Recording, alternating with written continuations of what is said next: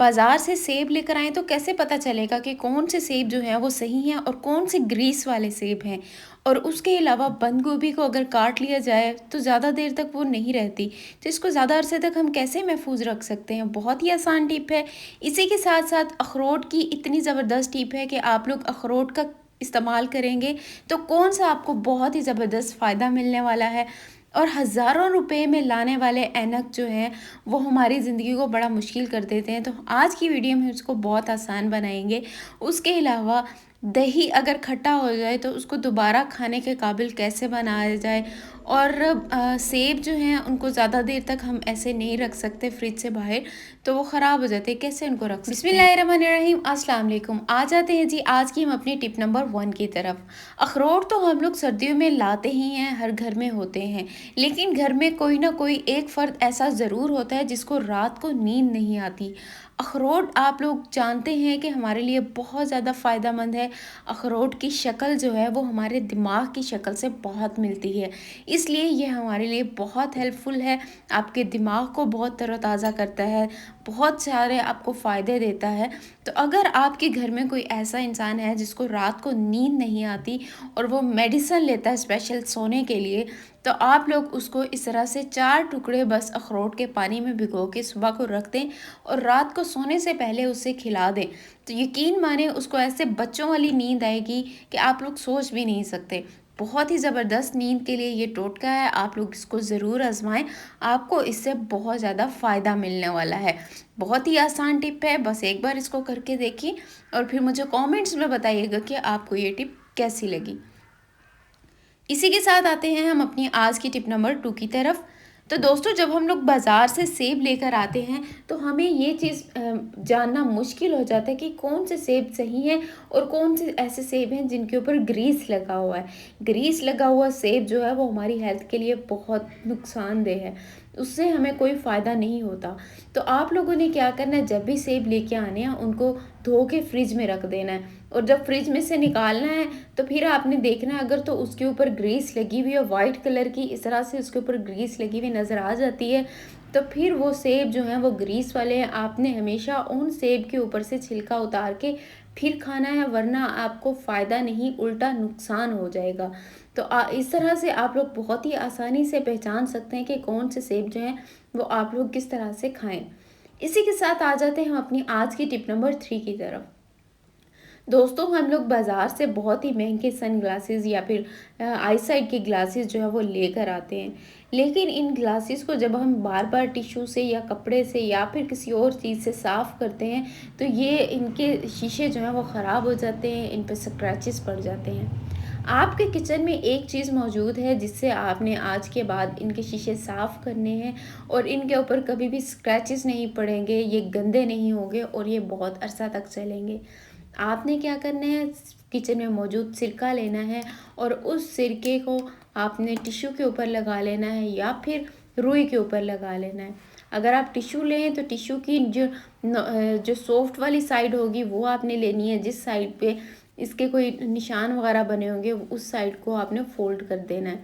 Soft वाली side लेंगे, उसके ऊपर विनेगर लगाएंगे और इसके साथ आपने ऐनक के शीशे साफ़ कर लेना है।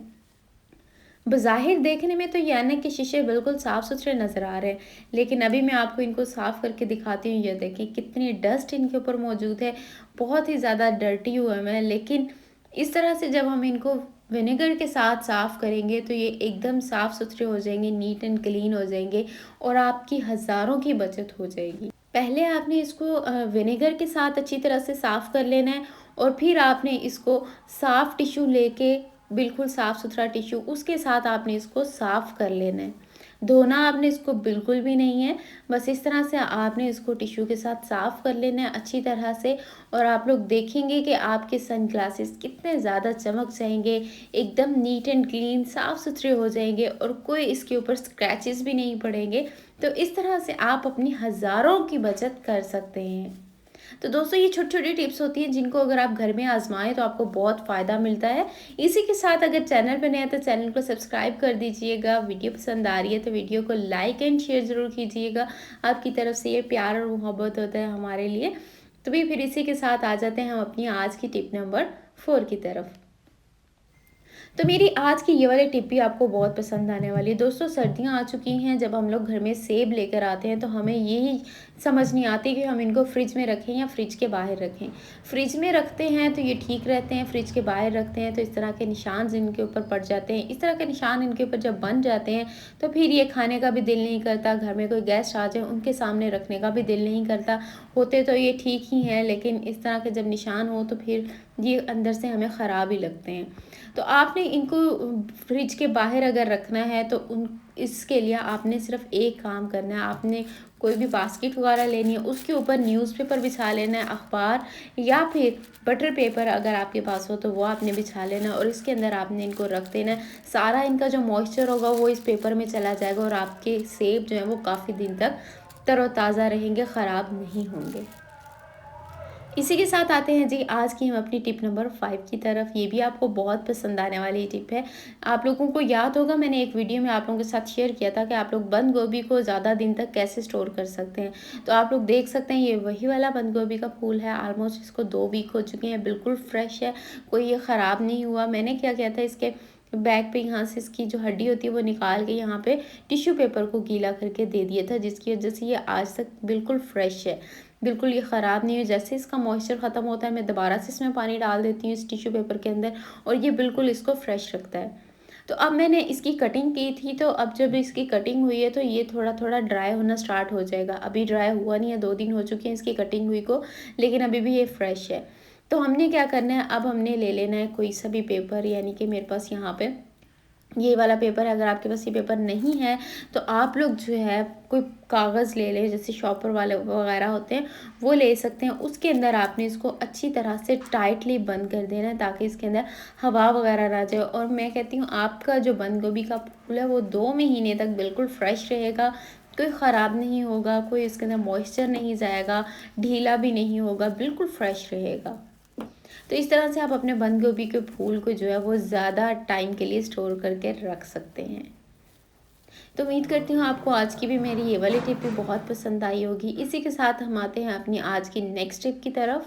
आज की हमारी टिप नंबर 6 है जी दही से रिलेटेड। अक्सर हम लोग जब घर में दही वगैरह जमाते हैं, 2 या 3 दिन पड़ा रहने के बाद वो दही खट्टा हो जाता है, जो कि इस्तेमाल के काबिल नहीं रहता। ना तो हम उसको रायते वगैरह में इस्तेमाल कर सकते हैं, ना ही उसको हम वैसे खाने में इस्तेमाल कर सकते हैं, क्योंकि खट्टा दही बिल्कुल खाया नहीं जाता और आजकल खट्टे दही से गले बहुत जल्दी ख़राब हो जाते हैं। तो इस खट्टे दही को हमने दोबारा इस्तेमाल के काबिल कैसे लाना है, इसके लिए हमने एक बाउल ले लेना है और उसके ऊपर हमने एक स्ट्रेनर रखनी है बड़े वाली और सारे दही को इसके अंदर डाल देना है। बॉक्स के अंदर जितना भी दही होगा उसको सारे को अच्छी तरह से क्लीन करके मैं इसके अंदर डाल लूँगी और इसको हमने तकरीबन 3 से 4 घंटे इसी तरह से इसमें पड़े रहने देना है। उसके बाद जितना भी खट्टा पानी इसका होगा, अभी मैं आपको दिखाती हूँ, वो सारा खट्टा पानी नीचे चला जाएगा और आपका दही में से सारी खटास निकल जाएगी।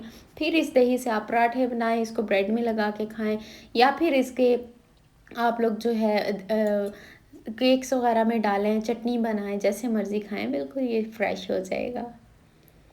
इसी के साथ आते हैं हम अपनी आज की लास्ट एंड टिप नंबर 7 की तरफ। ये भी आपको बहुत पसंद आने वाली है। ये भी मेरी ऐनक से रिलेटेड ही है। दोस्तों, जब हमारे घर में छोटे बच्चे होते हैं या फिर बड़े बुज़ुर्ग होते हैं या फिर वैसे आम हम लोग खुद भी होते हैं, तो हमारे जो ग्लासेस वगैरह होते हैं वो थोड़े लूज़ हो जाते हैं। उनका फ्रेम जो वो थोड़ा लूज़ हो जाता है, वो हमारे पूरा नहीं आता। तो फिर उसके लिए बड़ी मुश्किल होती है, नया फ्रेम ख़रीदना पड़ता है, हज़ारों रुपए लगाने पड़ते हैं। तो इस मुश्किल से बचने के लिए आपने क्या करना है, आपने ऐनक की जो पीछे वाली जगह है यहाँ पे आपने इस तरह के रबर बैंड ले लेने हैं और ये आपने इसके अंदर इस तरह से इसकी गिरा लगा के इसके अंदर लगा देने हैं। मैंने पहले भी आप लोगों को बताया था कि ये रबर बैंड जो है ये हमारे लिए बहुत हेल्पफुल है, हर घर में होने चाहिए, बहुत काम आते हैं। ये छोटी सी चीज़ है लेकिन बड़े काम की चीज़ है। तो दोनों साइड पे हमने जो रबर बैंड है वो इस तरह से इसके अंदर लगा देना है। जब आप इस तरह से इसको लगा देंगे तो ये रबर बैंड जो है आपके इसको लूज़ नहीं होने देगा और आपके कानों में ये अटका रहेगा, जिसकी वजह से आपके ग्लासेस गिरेंगे नहीं और बिल्कुल भी लूज़ नहीं होंगे। तो उम्मीद करती हूँ आपको आज की मेरी ये वीडियो ज़रूर पसंद आई होगी। वीडियो पसंद आई है तो इसको लाइक एंड शेयर ज़रूर कर दीजिएगा। चैनल पर नया तो सब्सक्राइब करना हरगिज़ मत भूलिएगा। मिलते हैं फिर अगली वीडियो में, इसी तरह का कुछ नया और मज़ेदार सा आप लोगों के लिए लेकर आऊँगी। तब तक के लिए मुझे दुआओं में याद रखिएगा। अल्लाह हाफ़िज़।